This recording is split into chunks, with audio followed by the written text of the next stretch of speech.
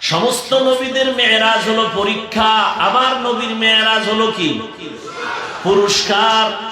আরে পরীক্ষা ছাড়া কি আবার পুরস্কার পায়নি? পায়। ওরে পুরস্কার পাইলেই তো পরীক্ষা। আমার নবীরে যদি পুরস্কার দেয়, নবীর পরীক্ষা কোথায়? নবীর পরীক্ষা তো সব নবীদের থেকে বেশি, সমস্ত নবী রাসূলদের থেকে অনেক বেশি। মুসা নবীর পরীক্ষা তুর পাহাড়ে চলতেছে, পরীক্ষা মেরাজ। ইউনুস নবীর মেরাজ মাছের পেটে মালিকের সাথে গোপন সম্পর্ক, সম্মানের দিকে অগ্রগামী হওয়া। ইব্রাহিম নবীর মেরাজ পরীক্ষা চলে আগুনের ভেতরে, মাওলার সাথে গোপন সম্পর্ক, উরুজ হচ্ছে আল্লাহর কাছে মর্যাদা বাড়তেছে। ইসমাঈল নবীর পরীক্ষা সূর্যের নিচে মেরাজ। জাকারিয়া আলাইহিস সালাম করাতের নিচে। এইভাবে সমস্ত নবীদেরকে পরীক্ষায় ফেলে আল্লাহ মেরাজ দিয়েছেন। আর আমার নবীর আল্লাহ পরীক্ষা করার পরে পুরস্কারের জন্য আরশে আজিমে ডাকছেন। পরীক্ষা কি? কয় নবী দুনিয়াতে আসে একদিন আব্বা বলে ডাক দিতে পারেন না, কঠিন পরীক্ষা। রহমতের নবী এমন একটা সমাজে আছেন যে সমাজের মানুষ চরিত্রহীন, লম্পট। 6 বছরে নবী মা হারায় ফেললেন, নবীর পরীক্ষা। 8 বছরে দাদা আব্দুল মুত্তালিবেরও হারায় ফেললেন, পরীক্ষা। চতুর্দিকে নবীর দুশমন। রহমতের নবীরে রাস্তায় কাটা দেয়, বাড়ি আটকায়, নবীকে মেরে ফেলবে।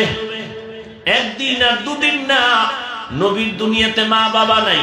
আল্লাহ পাক দুইটা ছায়া দিলেন দারুল আসবাব। 1 নম্বর ছায়া চাচা আবু তালেব, আর একটা ছায়া খাদিজা রাদিয়াল্লাহু আনহা। একই বছরের মধ্যে আকৃষ্ট করে 2 জন চলে গেলেন, কঠিন পরীক্ষা।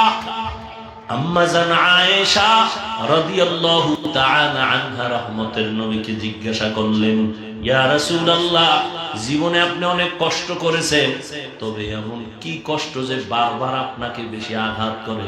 এমন কোন কষ্টটা? রহমতের নবী কাঁদেন আর বলেন, হে আয়েশা, তায়েফের ময়দানের কষ্ট আমাকে বারবার কাঁদায় আর আঘাত করে।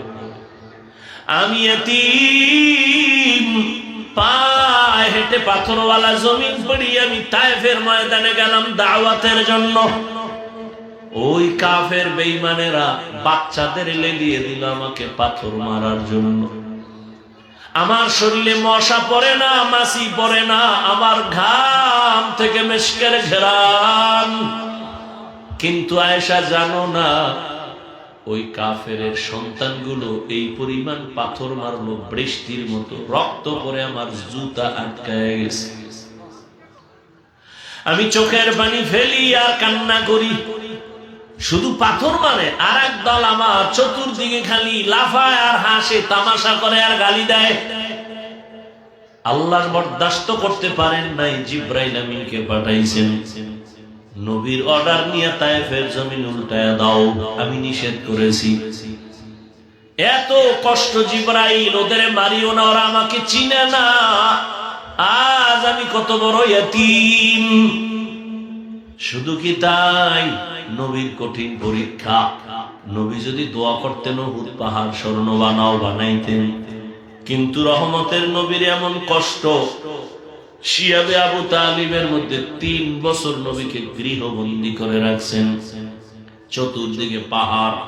নবী বলেন, আমার 4 কন্যা সহ আমরা আটকানো, গৃহবন্দী, খানাও দেয় না, পানিও দেয় না। আমি গাছের পাতা সিরিয়া চাবাইয়া চাবাইয়া খাইয়া আমার পেটের ক্ষুধা নিবারণ করি। ওই সময় আমার সহধর্মিণী খাদিজা, আরবের বড় সম্মানের নারী, সে তার সব বাদ দিয়া আমার মোহব্বতে 3 মাইশা উপবাস আমার সাথে কাটাইছে। আল্লাহ কয়, নবী আপনারে পরীক্ষা তো কম করি নাই, এইবার আমি পুরস্কার দেওয়ার জন্য আরশে আজিমে আপনাকে ডাকতেছি। সমস্ত নবী রাসূলদের সামনে হাজির করাচ্ছি, পুরস্কার দেওয়া হবে রহমতের নবীরে। আল্লাহ তাআলা এই পুরস্কারের জন্য ডাকার ক্ষেত্রে আল্লাহ প্রথমেই বললেন সুবহান।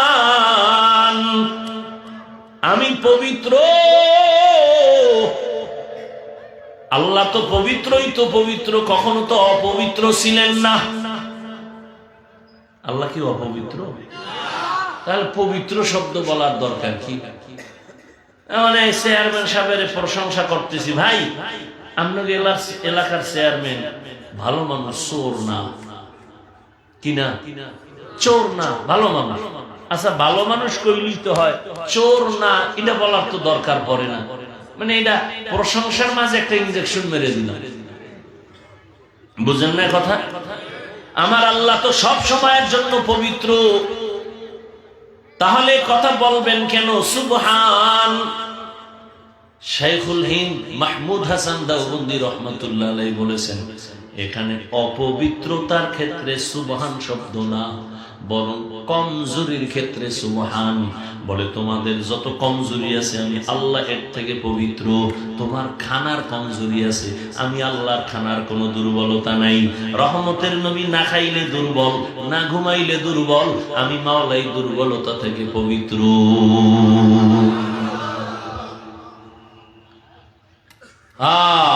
শুধু তাই না, সুবহান দিয়ে একটা শব্দ আল্লাহ উম্মতের দুনিয়ার মানুষের জাগায় মর্যাদা বাড়ার জন্য বলে দিছেন, ও দুনিয়ার মানুষ সুবহানের এই ওজিফাটা পড়তে থাকো। যদি তুমি পড়তেই পারো, তোমার এই ওজিফার দ্বারা তোমার জীবনটাকে আল্লাহ পবিত্র বানায় দিবেন। এজন্য আমরা যখন নামাজে দাঁড়াইয়াই বলি সুবহানাকা আল্লাহুম্মা, বলি না সুবহান। বুখারী শরীফের মধ্যে এ নিয়ে তো উলামায়ে কেরাম শেষ দর খতমে বুখারীতে আলোচনা করেন, কালিমাতানে হাবিবাতানে ইলার রহমান খফিফাতানে আলাল লিসান সাকিলাতানে ফিল মিজান সুবহানাল্লাহি ওয়া বিহামদিহি সুবহানাল্লাহিল আযীম। বান্দা তুমি সুবহানের ওজিফা করো। নাম্বার 3, আশ্চর্য কোন বিষয় যদি আমরা শুনি বা দেখি তখন বলি কি সুবহানাল্লাহ। কি বলি? সুবহানাল্লাহ। কারো জ্যৈষ্ঠ মাস, কারো সর্বনাশ। হ্যাঁ, এক বালতি দুধের মধ্যে এক ফোঁটা নাপাক পড়লে সব কি নাপাক। ইশারায় বলে দিলাম, আর বিস্তারিত বলবো না। আমি খুব দ্রুত ইনশাআল্লাহ আপনাদের ধৈর্য আমি নষ্ট করব না। তো সুবহান দিয়ে আল্লাহ বুঝাইলেন রহমতের নবীর এই সফরটা কত বড় আশ্চর্য ধরনের সফর। 4 নাম্বার, ও দুনিয়ার মানুষ, 1500 বছর পরে এখনো বহু বেঈমান আর নাস্তিকরা মেরাজ মানে না। বলে মুহাম্মদ অল্প টাইমে কেমনে গেলেন, আবার কেমনে আসলেন? এটা ঘুমের ঘরে হয়েছে। আল্লাহ বলেন আমি সুবহান, তোমার সব মেধার দুর্বলতা থেকে আমি আল্লাহ পবিত্র। এখানে আরেক জবাব হলো, রহমতের নবী মেরাজে যান নাই, আন নাই, আল্লাহ নিছেন। কে নিছেন? আল্লাহ নিছেন, আবার আল্লাহ পাঠায় দিছেন। এবার প্রশ্ন থাকলে আল্লাহরে করো, মুহাম্মদের উপরে কেন? মুহাম্মদ তো আমার বন্ধু। কেমন বন্ধু? ঈসা নবী আমার বন্ধু, ইব্রাহিম আমার বন্ধু, দাউদ আমার বন্ধু, সুলাইমান আমার বন্ধু, মুসা নবী আমার বন্ধু, ঈসা নবী আমার বন্ধু, মুহাম্মদ আমার বন্ধু। তবে ব্যবধানটা কোথায়? সব নবী রাসূল আমি আল্লাহ তাআলার আশিক, আর আমি আল্লাহ একা মুহাম্মদের আশিক। প্রশ্ন আমারে কর, আমার বন্ধু আসমানে যায় নাই, আমি নিছি। এখন প্রশ্ন কর আমি কেমনে নিলাম? প্রশ্ন এখানে কর, এবার শোন আমি কেমনে নিলাম। আমি যদি জান্নাত থেকে আদমের ভারতের চরণদ্বীপে ফালায় দিতে পারি, হাওয়াকে সৌদি আরবের জেদ্দায় দিতে পারি, আমার বন্ধুরে টান দিয়ে আরশে নিতে পারি না কেন? আমি ঈসা নবীর জমিন থেকে দ্বিতীয় আসমানে যদি নিতে পারি, আমার বন্ধুকে আমি আরশে আজিমে কেন নিতে পারবো না? আমি ইদ্রিস নবীর যদি আসমানে নিতে পারি, আমি আল্লাহর নবী মুহাম্মদের কেন পারবো না? আমি ইউনুস নবীর মাছের পেটে ঢুকাইয়া আবার যদি যদি আমি বের করে দিতে পারি সুস্থ, আমি আমার রহমতের নবীরে কেন আরশে আজিমে নিয়া আবার আমি মক্কায় সুস্থ অবস্থায় কেন ফিরাইতে পারবো না? কাদের কুদরত দারি বরকামাল আনতা রব্বি আনতা হাসবি জুল জালাল তুহি কাদের জলিলুল্লাহ জাহাদার বহর হালে তুহি মেরা নিগাহদার। নবীর মেরাজ দিনে না রাতের বেলা? কথা কয় না কেন? রাতের বেলা হলো লাইলাম মিনাল মসজিদিল হারাম, দিনে না হইয়া রাতে কেন মেরাজ হলো? এক নাম্বার জবাব, বন্ধুর সাথে বন্ধুর আলাপনটা রাতের বেলায় ভালো জমে নাকি দিনে? নাম্বার দুই, বড় জবাব, মূল জবাব দ্বিতীয়টা, সেটা কি? বলে আল্লাহ পাক মুমিনের ঈমান মজবুত করার জন্য রাতে মেরাজ করাইছেন। যদি দিনে করতো তাহলে সবাই দেখতো। দেখা বিশ্বাস করার ঈমান মজবুত না, না দেখে বিশ্বাস করার ঈমান মজবুত। ইউমিনুনা বিল গায়ব। আবু জাহিল্লা নবীর কথা শুনে কয়, এই আমি সারা রাত মেরাজ করেছি। আবু জাহেলের মাথা গরম হয়ে গেছে, বাইরে হয়ে গেছে মসজিদ থেকে। মোহাম্মদ কি কয় শুনছনি? সামনে গিয়া দেখা হয়ে গেল আবু বকরের সাথে। শুনছ? আবু বকর কি? মোহাম্মদ পাগল হয়ে গেছে। কেন? এই রাতের মধ্যে বলে 7 আসমান ঘুরে বাইতুল মাকদিস, যেখানে 1 মাস লাগে যাইতে, এই ঘুরে টুরে বলে অল্প টাইমে আইছে। আবু বকর কয়, কে কইছে? মোহাম্মদ। আবু বকর কয় না, তা না আমি একটু জিগায় লই। আবু বকর এ না কয়, মোহাম্মদ বলছে। বলে সত্যি? বলে হ্যাঁ সত্যি। মানো? মানো না? আমি আবু বকর মেনে নিলাম। না দেখে মেরাজের বিশ্বাসের উপর ঈমান দুর্বল না মজবুত? গোটা দুনিয়ার মুমিনের ঈমান মজবুত করো। না দেখে বিশ্বাসের ঈমানটা মজবুত। আমরা আসমান দেখি, আল্লাহকে না দেখে বিশ্বাস করেছি, ঈমান মজবুত। নবীকে দেখি না, ঈমান মজবুত। জান্নাত দেখি না, বিশ্বাস করি, ঈমান মজবুত। জাহান্নাম দেখি না, বিশ্বাস করি, ঈমান মজবুত। কিয়ামত দেখি না, পুলসিরাত দেখি না, বিশ্বাস করি, ঈমান মজবুত। এই জন্য আমাদের ঈমান পাকা মজবুত, আমরা মুমিন। এই জন্য অন্য নবীর উম্মতের তুলনায় আখিরি নবীর উম্মতের মর্যাদা অনেক বেশি। আল্লাহ পাক রব্বুল আলামিন মেরাজ শুরু করাইতে গিয়া বললেন, আল্লাযী আসরা বিআবদিহি লাইলাম মিনাল মসজিদিল হারাম। মেরাজ শুরু হলো মসজিদ থেকে, বাইতুল্লাহ থেকে। ঠিক না? বাইতুল্লাহ থেকে মেরাজ শুরু। কেন? বান্দা, তোমার মেরাজও মসজিদ থেকে শুরু করতে হবে। এজন্যই তো দেখেন আমরা নামাজ পড়ি মসজিদের মধ্যে গিয়া। নামাজের দ্বারা, নামাজ আমাদের মেরাজ। আল্লাহর সাথে গোপন কথা চলে। বান্দা যখন নামাজে দাঁড়ায় বলে আলহামদু, আল্লাহ জিগায় লিমানিল হামদ, বান্দা বলে লিল্লাহ। আল্লাহ প্রশ্ন করে মানিল্লাহ, বান্দা জবাব দেয় রব্বুল আলামিন। ঠিক নেই? এ কারণে নামাজ যেমন ইবাদত, বাইতুল্লাহ তাওয়াফ করে এটাও ইবাদত, যাকাত দেনেওয়ালা যাকাত দেয় সেটাও ইবাদত, হজ করেনেওয়ালা হজ করে সেটাও ইবাদত। ব্যবধানটা কোথায়? কয় হজ করেনেওয়ালা বাইতুল্লাহ যখন ঘুরে কেউ যদি সালাম দেয় নেওয়া যাবে নি? কয় যাবে। কেউ যদি খানা দেয় খাওয়া যাবে নি? কয় যাবে। যাকাত দেনেওয়ালার সামনে কেউ সালাম দেয় নেওয়া যাবে নি? যাবে। নামাজে যখন দাঁড়ায় যায় তখন সালাম দিলে যাবে নি? যাবে না। কেন? সালাম কেন সেখানে চলবে না? মেরাজে চল, আরে হজে চলে, তাওয়াফের মধ্যে চলে, যাকাতের আমলে চলে, নামাজের আমলে খানা চলে না কেন? এটা তো মেরাজ চলতেছে, মালিকের সাথে উরুজ হচ্ছে, সম্মানের কথা চলতেছে, এখানে সালাম চলবে না। এখন সম্পর্ক জমিনের সাথে নাই। নামাজে বান্দা যখন দাঁড়াইছে তখন সম্পর্ক আরশে আজিমের মালিকের সাথে। এখন তার জমিনের সাথে কোনো সম্পর্ক নাই।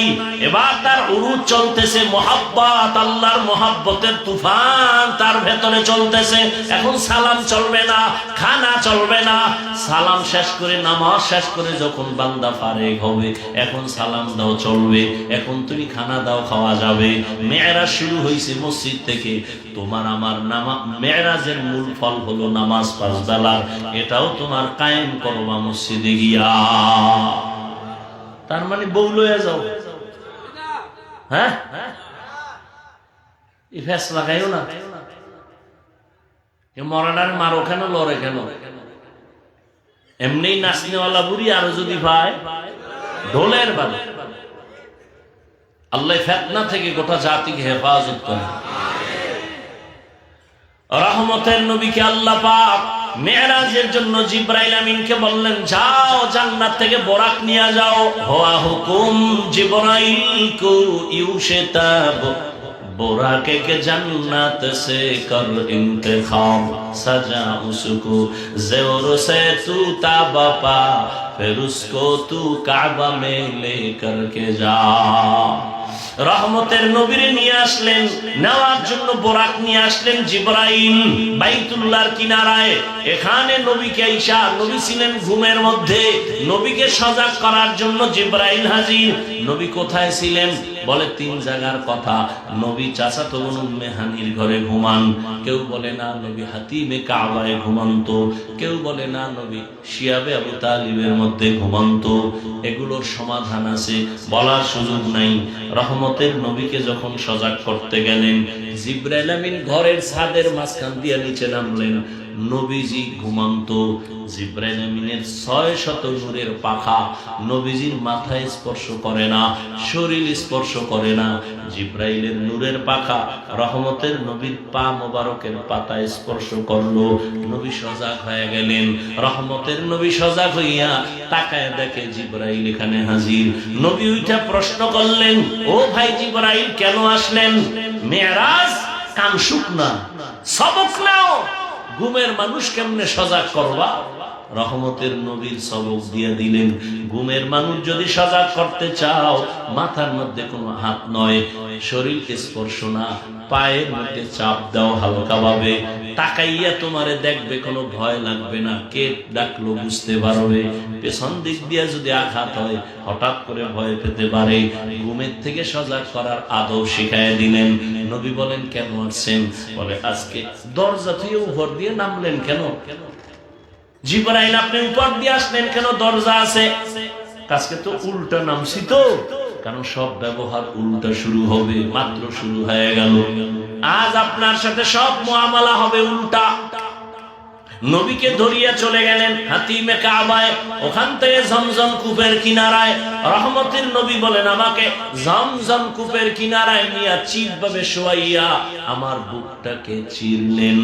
এরপরে কলবটাকে বের করিয়া স্বর্ণের পেয়ালার মধ্যে রাখলেন। জমজমের পানি দিয়া ধুইয়া এবার ভেতরে দিয়া হালকা চাপ দিলেন। আবার আমি দেখতেছি সব কিছুই বলি না। আমার মাথার কিনারায় 70,000 ফেরেশতা, আমার ডানে 70,000 ফেরেশতা, আমার বামে 70,000 ফেরেশতা, আমার সামনে 70,000 ফেরেশতা। আমি সজাগ হয়ে দেখি আমার বুক ঠিক আছে, সেলাই লাগে নাই, রক্ত যায় নাই, ব্যথাও পাই নাই। এটাকে এখন বলি ওপেন হার্ট সার্জারি। এই দুনিয়ার চিকিৎসা বিজ্ঞানীরা, তুমি ওপেন হার্ট সার্জারি করে লাভ দিও না। আমার আল্লাহ, আমি আমার রসুলকে 4 বার ওপেন হার্ট সার্জারি করেছি। অতএব বাহাদুরি আল্লাহ করবে, তুমি বান্দার কোনো বাহাদুরি নাই। বলার সময় নেই, বহু ঝামেলা চলতেছে ধর্ম নিয়ে বাংলাদেশে।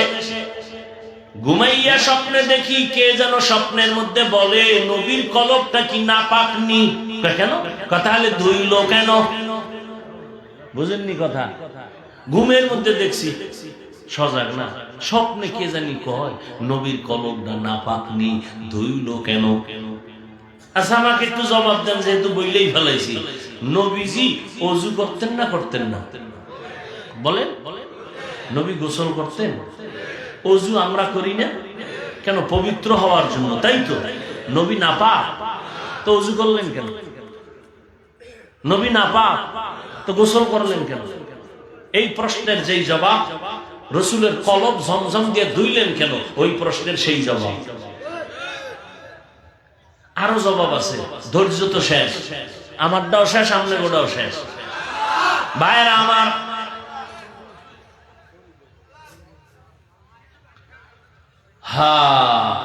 সৌদি আরবে হজে যাইবে হাজী সাহেব, সরকার এখন নতুন ভাবে চাপ দিছে, টিকা না দিলে ভিডা, ওরে ঢুকতে দিবি না ইমিগ্রেশনের ভেতরে।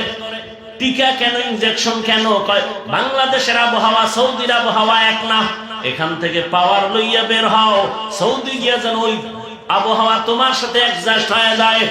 রহমতের নবীকে আল্লাহ জমজমের পানি দিয়া সবকিছু গোসল করায়া সুন্দরভাবে পাওয়ার দিয়া দিলেন। এমন জগতে রহমতের নবী যাবেন, ওখানের আবহাওয়াও যেন নবীর কোনো ক্ষতি করতে না পারে, ওখানের আবহাওয়া যেন কোনো ক্ষতি না হয়। ও নবীর উম্মত, খবরদার রহমতের নবীর উপরে ভক্তির সাথে কথা বলবা। আল্লাহ সবাইকে তৌফিক দান করেন। নবী বললেন, বোরাকে উঠলাম, বাইতুল্লাহ থেকে 1 মাস লাগে বাইতুল মাকদিসে যাইতে, এক কদম এক পলকে আমি বাইতুল মাকদিসে গিয়া হাজির হয়ে গেলাম। এক কদম, সুবহানাল্লাহ। না যেইতালে বিড়ি টানো, সুবহানাল্লাহ কেন? আল্লাহ হেদায়েত দান করুন। এক টানে কিন্তু এর মধ্যে কত কাহিনী ঘটে গেছে। নবী বলেন, আমি এই সফরে বাইতুল্লাহ থেকে বাইতুল মাকদিস 1 মাস আমার যাইতে লাগছে এক পলক। এর মধ্যে মদিনায় নামছি, নামাজ পড়ছি, মুসা নবীর এলাকায় দেখছি, আল্লাহ আমাকে দিয়া দেখায় দিছেন মুসা নবীর কবরের পার্শ্ব দিয়া যাই, তাকায় দেখি মুসা নবী নামাজ আদায় করতেছে। কি বলে? কবরের উপরে না নিচে? এখানে আরো ভেজাল লাগিয়ে গেছে, প্রত্যেকটা পয়েন্টে পয়েন্টে সবক। একদল কয় নবী মরেই নাই। কাল রাইতে একজনে দেখাইতেছে, আমি এই বয়ান এক জায়গায় করছি, ভিন্ন লাইনের একজনে ওরে ধমক আমারে বেয়াদব এরকম কইতেছে, ইচ্ছা বয়ানে। নবী জানাজা হইছে, কোথায় দলিল? বিভিন্ন কথা আমি বলছি, রসুলের জানাজা হয় নাই, কথা বলেন না কেন? জিন্দা ব্যক্তির জানাজা হয়, কথা বলেন না বলেন? সোমবার দিন জোহরের নামাজের আগে রসুলের ইন্তেকাল, বুধবার দিন যাইয়া তাহাজ্জুদের সময় রসুলের দাফন। এত দেরি হলো কেন? নবীর সুন্নাত হলো তাড়াতাড়ি মাইয়েতের দাফন করো, নবীর কেন দেরি হয়ে গেল এত টাইম? ভিন্ন আলোচনা। এক কথায় রসুল তো ইন্তেকাল হয়েছেন, এরপরে কবরে যখন গেছেন কিয়ামত পর্যন্ত সমস্ত নবীরা জিন্দা। قال رسول الله صلى الله عليه وآله وسلم الأنبياء أحياء في قبورهم يصلون। সমস্ত নবী রাসূল কবরে জিন্দা, নামাজরত অবস্থায় আছেন। আল্লাহ কয় ওয়াহুম ইউরজাকুন, আমি তাদের খানা দেই। কি দেই? একদল কয় নবীরা তো কবরে মরা, জীবনে জিন্দা না। একদল কয় নবী মরেই নাই, আর একদল কয় নবী মরছে আর জিন্দাই হয় নাই। ভেজাল দেখছেন নি? একদল কয় নবী মরেই নাই, আর একদল কয় নবী মইরে গেছে, জিন্দাই হয় নাই। আমরা আল্লাহ কয় আমি খাওন দেই। এখন ওরা আমগো প্রশ্ন করে, নবী যদি নামাজ পড়ে এই ছোট জায়গায় কেমনে ভরে? এরপরে যদি আল্লাহ খাওন দেয়, কি খায়? রুটি না ভাত? যদি ভাত রুটি খায়, প্লেট গ্লাস কই পায়, বাথরুম কই? এত বড় তাছেরা আল্লাহ যেগুলো প্রশ্ন করে আপনি গো নাজেহাল করে নেন। এখন আম্মকারে জবাব কখন দিব সুযোগ আমার নাই। অনেক বয়ানে জবাব দিয়েছি, তারপর 1 মিনিটে বলে যায়।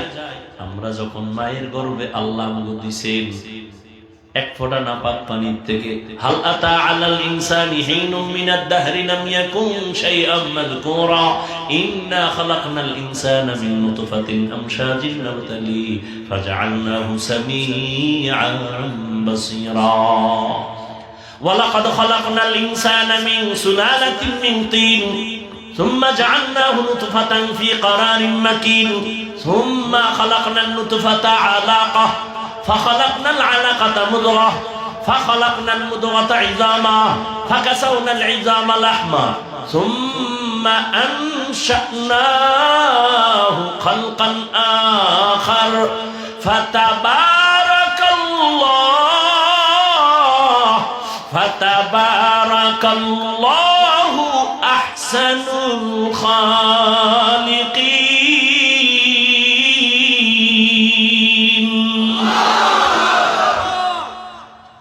ব্যাখ্যা দেওয়ার সুযোগ নাই। মায়ের গর্ভে যখন বাচ্চা আসে, যেদিন 40 দিন নাপাক পানিটা রক্তের পিণ্ড, আবার 40 দিন পরে এই পিণ্ডটা গোশত, আবার 40 দিনের মেহনত চলে, মেহনতের পরে আবার হাড্ডি, এর উপরে গোশত, এভাবে 40-40 মেহনত চলে।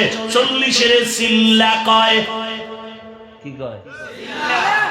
মায়ের গর্ভে বাচ্চার চিল্লা দিলে দেহের উন্নতি হয়, আর দুনিয়াতে বান্দা আল্লাহর পথে চিল্লা দিলে রূহের উন্নতি হয়। চোখে কালা রঙের আয়না লাগায় কয় কেউ কিয়ামত হইল নি, কেন কয় বাতি কালো কেন? একজনকে তোর চোখে গজব লাগছে রে, কিয়ামত বহুত দূর, তোর চোখে গজব লাগছে, চিকিৎসা কর। এই শাহরাস্তির মুসলমান, বাপের বেটা হয়ে থাকলে আমার 3টা প্রশ্নের জবাব দাও, বাঘের বাচ্চার মতো দিবা, তাল মিলাবা না, সত্য কথাটা স্বীকার করবা, মানো আর না মানো। আমাকে বলো, তাবলীগের দ্বারা এই দেশে মুসলমানের ইসলামের কি ক্ষতি হয়েছে বলো? আর উপকার পরে কম, এটা আমি বুঝি না। ক্ষতি হয়েছে কি সেটা কম, হয় নাই? নাম্বার 2, চরমনাই উজানি এরকম যারা আহলে হক পীর আছে নাই, বলো এদের দ্বারা বাংলাদেশে ইসলামের কি ক্ষতি হয়েছে? হয় নাই? নাম্বার 3, কওমির দ্বারা কিছু হয়েছে? হ্যাঁ, কওমি মাদ্রাসা দেওবন্দির দ্বারা ইসলামের কি ক্ষতি হয়েছে বলো? হয় নাই? সবাই একমত? তাহলে দরজা আটকে বাসায় গিয়ে বসবা, জীবনে আর কোনো খালি আমারে সাইজ কর, বুঝায় লাইনে নে, মাঠ গরম বানায় এলাম একদিনে, খালি বুঝা আমার যে তাবলীগে ঝামেলা আছে বুঝাই দে, তবে গাঞ্জা খাইয়ে বুঝাইস না, খবরদার। বিরোধিতা কেন? চরমনের বিরোধিতা কেন? উজানির বিরোধিতা কেন? কওমির বিরোধিতা কেন? তাবলীগের বিরোধিতা কেন? কি বুঝাতে চাও? তোমার দাড়ি নেই, টুপি নেই, নামাজ নাই, বিড়ি কেন, গাঞ্জা খাও? একটা লোক তোমার কথায় বুঝায় বুনে পারছো দাড়িওয়ালা বানাইতে, নামাজি বানাইতে, দিনদার বানাইতে, তো বিরোধিতা করো কেন? কি সমস্যা কি? ওরা খারাপ না, মূলত তোমার অন্তর খারাপ, তোমার দিমাগ খারাপ, তোমার কলব খারাপ। আল্লাহ হেদায়েত দান করুন। মায়ের গর্ভে আল্লাহ যখন বাচ্চা দেয়, রুহু আসেনি? রুহু বলো, রুহু আসলে বাচ্চা জিন্দা না মরা? জিন্দা। সহজ কথা ভাই, আমি পেঁচ গোজের রস কম করি, সহজ কথা। তো জিন্দা হইলে বাচ্চার ক্ষুধা লাগেনি? আল্লাহ খানা দেয়নি? রুটি না ভাত? ও সময় কেমনে খায়? বাচ্চার তো বাথরুম হয়, খাইলে পেট ভরে তো বাথরুম লাগে। মায়ের গর্ভে কেমনে খায়, কেমনে খায়, কেমনে বাথরুম করে? এই প্রশ্নের জবাব যেদিন দিবি, নবীরা কেমনে কবরে খায় সেদিন সেই জবাব দিব। নিমক হারাম, ইসলাম তাকে শেষ করে দেওয়ার ষড়যন্ত্র। আল্লাহ হেদায়েত দান করুন। ভাইরা আমার, আর একটু সামনে যাই, অল্প টাইম। আল্লাহ তাআলা রব্বুল আলামিন রহমতের নবীকে নিয়ে গেলেন, নেওয়ার ক্ষেত্রে আল্লাহ পাক এখানে একটা শব্দ বলছেন, সুবহানাল্লাযী আসরা বিআবদিহি। কোরআন শরীফ এমন একটা দামি কিতাব, যেই কিতাবের মধ্যে আল্লাহ পাক এত দামি যে দেখলে সওয়াব, ধরলে সওয়াব, পড়লে সওয়াব। সেই কোরআনে আমার আল্লাহ নবীদের নাম নিয়ে ডাকছেন, ইয়া নূহ, ইয়া মূসা, ইয়া ইব্রাহিম, ইয়া ঈসা ইবনে মারইয়াম, নাম ধরছেন না? কিন্তু আমার নবীর নাম ধরে আল্লাহ কোরআনে একবারও ডাকেন নাই। নবীকে আল্লাহ একবারও নাম ধরে ডাকেন নাই, তবে দামি দামি অলংকার যুক্ত শব্দ দিয়া নবীরে সম্বোধন করছেন। ইয়া আইয়ুহাল মুজাম্মিল কুমিল লাইলা ইল্লা কালিলা, ইয়া আইয়ুহাল মুদ্দাসসির কুম ফাআনজির ওয়া রাব্বাকা ফাকাব্বির, ইয়াসিন তাহা হামিম। নবীরে আল্লাহ উপাধি দিয়েছেন দামি দামি নবী, রহমাতুল লিল আলামিন, ইমামুল মুরসালিন, খাতামুন নবিয়্যিন, নবী খুলুকে আজিম ওয়ালা, নবী কাউসার ওয়ালা। আমার নবীরে তো সুন্দর সুন্দর উপাধি, নবী সিরাজাম মুনিরা, নবী বাশীরা ওয়া নাযীরা। আল্লাহ নবীর নাম ধরেন নাই, কিন্তু এমন এমন শব্দ বলছেন যা ব্যাখ্যা ছাড়া বুঝে আসে না, অনেক দামি শব্দ। কিন্তু দুঃখ, অনেক বড় দুঃখের কথা, মেরাজের ক্ষেত্রে আমার আল্লাহ নবীকে রসুল বলে ডাকলেন না, নবী সম্বোধন করলেন না, রহমাতুল্লিল বললেন না, নবী কাউসারওয়ালা বলে ডাকলেন না। নবী এমন একটা শব্দ বলছেন নরমাল, কি বলছেন? কয় বান্দা। কি বলছেন? এটা কত নরমাল। হিন্দুরাও আল্লাহর বান্দা, ইহুদিরাও আল্লাহর বান্দা, খ্রিস্টানেরাও আল্লাহর বান্দা, আমরাও আল্লাহর বান্দা, ব্রিটেনেওয়ালারাও আল্লাহর বান্দা, আমার নবীরও আল্লাহ কয় বান্দা। এত নরমাল শব্দ কেন বললেন? এর চারটা জবাব, একটা দিয়ে মোনাজাত দিন। কয় জবাব? প্রশ্নটা বুঝেন তো? নবীজির এখানে রসুল বলে ডাকলেন না, নবী বলে ডাকলেন না, ইমামুল মুরসালিন বললেন না, খাতামুন নবিয়্যিন বললেন না, এখানে বললেন কি? বান্দা। নরমাল শব্দ কেন বললেন? চার জবাবের প্রথম জবাব, আমার নবী নিজেরে বান্দা বলতে তৃপ্তি পান। নবী বান্দা বললে খুশি। আম্মা জান আয়েশা জিগায়, আপনি এত ইবাদত করেন কেন? নবী জবাব দেন, আফালা আকুনা আবদান শাকুরা। ও আয়েশা, আমি কি আল্লাহর প্রিয় বান্দা হব না? আমি কি কৃতজ্ঞ বান্দা হব না? বান্দা বলতে কত মজা পান আমার নবী। এই জন্য আমার আল্লাহ পাক নবীরে বান্দা বলে ডাকছেন। নবী নিজেরে বান্দা বললে বড় খুশি। এবার দৌড়ে যাই মেয়েরাজে। রহমতের নবী যখন আল্লাহর কাছে হাজির হয়ে গেলেন, আল্লাহ জিগায়, নবী কি নিয়ে এসেছেন? নবী বলেন, আমি তিন জিনিস নিয়ে এসেছি, আত্তাহিয়াতু লিল্লাহ ওয়াস সালাওয়াত ওয়াত তাইয়্যিবাত। আল্লাহকে আপনারও তিনটা দেই। আসসালামু আলাইকা আইয়ুহান নবী ওয়া রাহমাতুল্লাহ ওয়া বারাকাতুহু। বুঝেননি? নবীকে আমি একা নিব কেন? আসসালামু আলাইনা ওয়া আলা ইবাদিল্লাহিস সালিহিন। আল্লাহ কয়, ফেরেশতারা সাক্ষী দাও। ফেরেশতারা এবার সাক্ষী দেয়, আশহাদু আল্লাহ ইলাহা ইল্লাল্লাহ। ফেরেশতারা চুপ কেন? আমারটা কইলা, আমার বন্ধুরটা কইলা না? হ্যাঁ। এবার ফেরেশতারা বলে, আশহাদু আন্না মুহাম্মাদান। মুহাম্মাদান কয়ে বলে কও না? কি কম? রাসূলুহু। না না না, রাসূলুহু আমি নবীরে দিছি, কিন্তু নবী যেটা দিছে নিজের আগে আনো। নবীর দেওয়া বান্দা, আমার দেওয়া রাসূল, আমারটা পরে নাও, বন্ধুরটা আগে আনো। নবী বান্দা বললে খুশি, রসুল আমি দিছি, আমারটা পরে নাও। আবদুহু আগে বলো, তারপরে বলো রাসূলুহু। আমারটা পরে নাও, আমার বন্ধুরটা। কারণ আমার মাকসাদ তো বন্ধুকে পুরস্কার দিয়ে খুশি করব। এখন একদল কয়, ওরে নবী তো দুনিয়ায় বান্দা, আর ওই আরশে আজিমে তো নবী নূর। আল্লাহ আর এক আয়াতে জবাব দিয়ে দিছে, ফাআওহা ইলা আবদিহি মা আওহা। বাস ইনজেকশন দিয়ে দিছে আল্লাহ। সেখানে আল্লাহ কয়, আমি বন্ধুর কাছে দেখা, এরপরে আওহা ইলা আবদিহি, তার বান্দাকে ওহী দিলেন, যা দেওয়ার দিয়ে দিলেন। শুধু কি তাই? কিয়ামতের দিনও বান্দার বড় দাম। জান্নাতি মানুষ যারা হবেন, আল্লাহ এদেরকে কইবে, জান্নাতের দরজায় তালা লাগানো দিকে কেউ যাবি না, তো কই যাবো?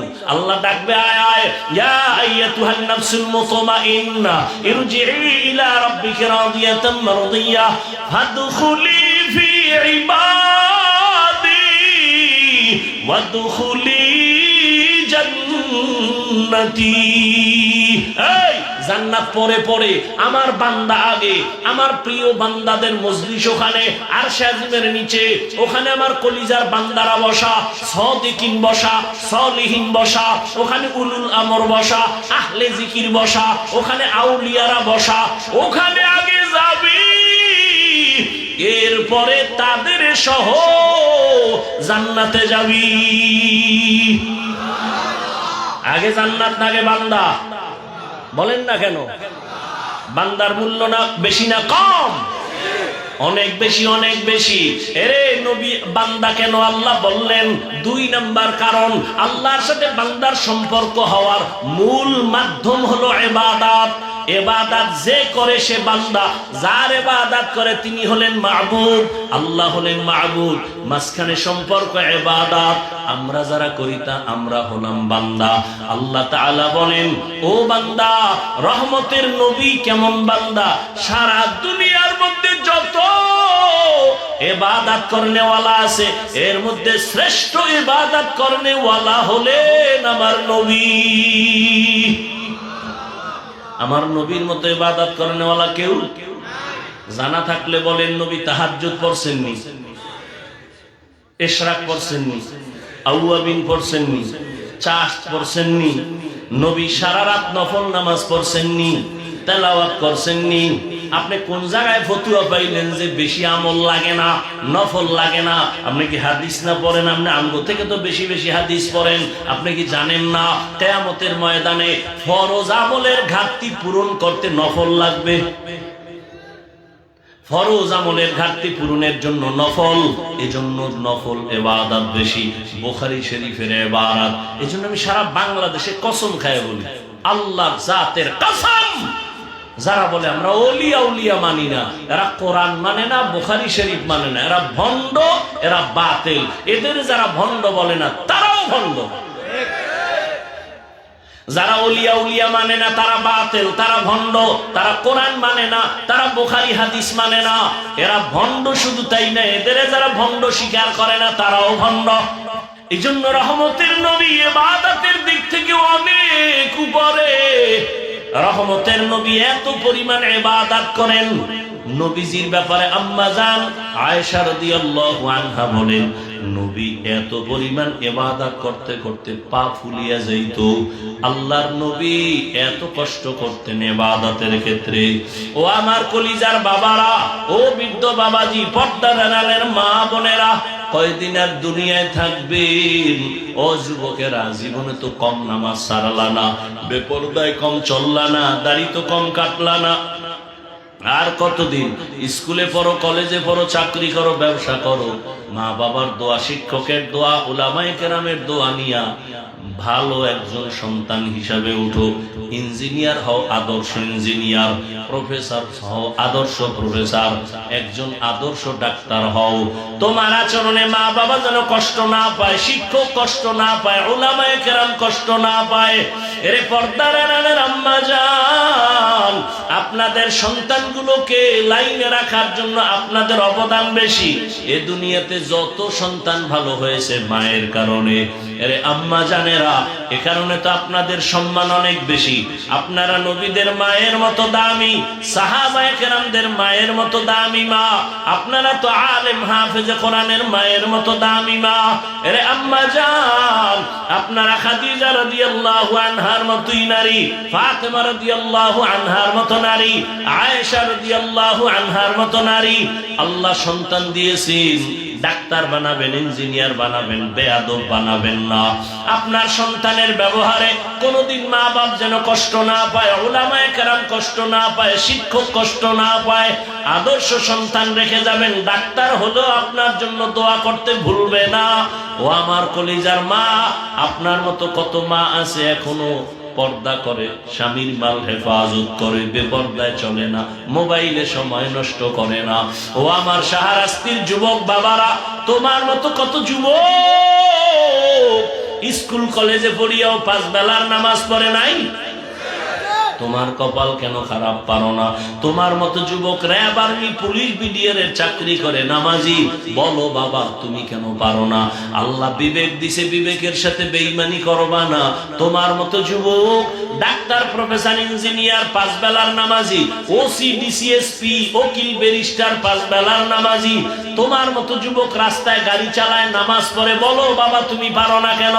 অবশ্যই তোমার কপাল অভিশপ্ত কপাল, তোমার কপালে কারো বরদোয়া লাগছে, না হয় তুমি এত খারাপ তো হতে পারতা না। তোমার মতো যুবক নদীর মধ্যে মাছ ধরে, নামাজ পড়ে, বলো তুমি কেন পারবা না? কৃষি কাজ করে, নামাজ পড়ে, বলো তুমি কেন পারবা না? আমি তো একটু আগেও বলছিলাম আমি হুজুর বানাইতে আসি নাই, আমি বরং তোমার পক্ষে সাক্ষী দিয়ে গেলাম, দোয়া করে গেলাম। স্কুলে পড়ো, ডাক্তার হও, বেয়াদব হইও না, ইঞ্জিনিয়ার হও, বেয়াদব হইও না। তোমার আচরণে কোনোদিন মা বাবার মনে কষ্ট যেন না যায়, তো মরার আগে ধ্বংস হয়ে যাবি। তোমার আচরণে শিক্ষক যদি কষ্ট পায়, লেখাপড়ার থেকে হারিয়ে যাবা। যদি তোমার ব্যবহারে আলেম কষ্ট পায়, চরিত্র তোমার ধ্বংসের পথে চলে যাবে। অতএব তুমি ডাক্তার হও আদবওয়ালা, তুমি একজন ইঞ্জিনিয়ার হও আদবওয়ালা, মা বাবার দোয়া নিয়া, শিক্ষকের দোয়া নিয়া, ওলামায়ে কেরামের পরামর্শ নিয়া, নবীর তরিকা মেনে চলো। তুমি যে লাইনেই থাকো, অনুরোধ তুমি নবীর মোহাব্বতে 5 বেলার নামাজ পড়ো, মা বাবার নেক নজর নাও, শিক্ষকের দোয়া নাও, দেখবা ডাক্তার হলো তোমার জীবন সফল। এখনো সময় আছে, তওবা করো। আরে আল্লাহর কাছে মনেরে বুঝাইয়া আল্লাহকে বলো, হে আল্লাহ জীবনে কত গুনাহ করলাম, মনে চাইছে নামাজ পড়বো না, পড়ি নাই, দাড়ি কাটবো, কেটে ফেলেছি, বেপরদায় চলবো, আড্ডা দিব, পার্কে যাব, তাই করেছি। ও আল্লাহর কতদিন কোন দিন মরণ হবে জানা নাই, আজকে থেকে তওবা করে ফেললাম, আর দাড়ি কাটবো না, নামাজ ছাড়বো না, বেপরদায় চলবো না, মা বাবার সাথে বেয়াদবি করবো না, শিক্ষকের দোয়া নিয়া, উলামায়ে কেরামের পরামর্শ নিয়া নবীজির তরিকা মেনে চলবো, আর কোনোদিন গুনার পথে যাব না। মনের শুধু এতটুকু বুঝাইও, তোমার মতো যুবক জেনারেল লাইনে থাকিয়া যদি তারা নামাজ পড়তে পারে, তুমি কেন পারবা না? এখনো সময় আছে, তওবা করো। অন্তর যদি তৈরি হয়, মুনাফিকি যদি না থাকে, খাঁটি তওবার নিয়ত যাদের আছে, আল্লাহ যার কপাল ভালো রাখবেন ওমরের মতো, দুটো হাত আমার আল্লাহকে দেখায়া দাও। আয় আল্লাহ নবীর আদর্শওয়ালা উম্মত হিসেবে সবাইকে কবুল করেন। আয় আল্লাহ 5 ওয়াক্ত নামাজি বানায়া দেন। মা বাবার দোয়া, শিক্ষকের দোয়া, উলামায়ে কেরামের পরামর্শ নিয়ে নবীর তরিকায় চলার তৌফিক দান করেন, আমিন।